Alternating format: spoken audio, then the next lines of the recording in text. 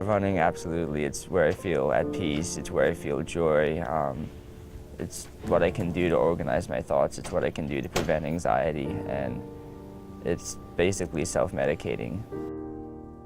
Running is a sanctuary for Ryan Gaiman, a place to escape a life full of struggle. Around 4 years old, I was diagnosed with a high-functioning form of autism by a doctor.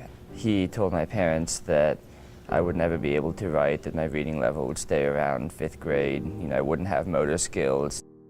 My parents refused to accept that, and I'm thankful for that. Asperger's syndrome leaves him with severe food allergies. He struggles socially and lives with debilitating anxiety. One really good way to put it is most people have like a bucket to throw all of life's stuff into, good, bad, whatever. People with Asperger's have a thimble to fit everything in. Ryan's parents homeschooled him for most of his life, but enrolled him in high school in 9th grade.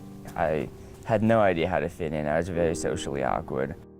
I was picked on, and it wasn't like I was getting support in the classroom. It was just the teacher telling me what I couldn't do over and over again. I came home feeling beaten, like I wasn't good at anything. Despite the struggles, one great thing came out of his experience. Ryan fell in love with running.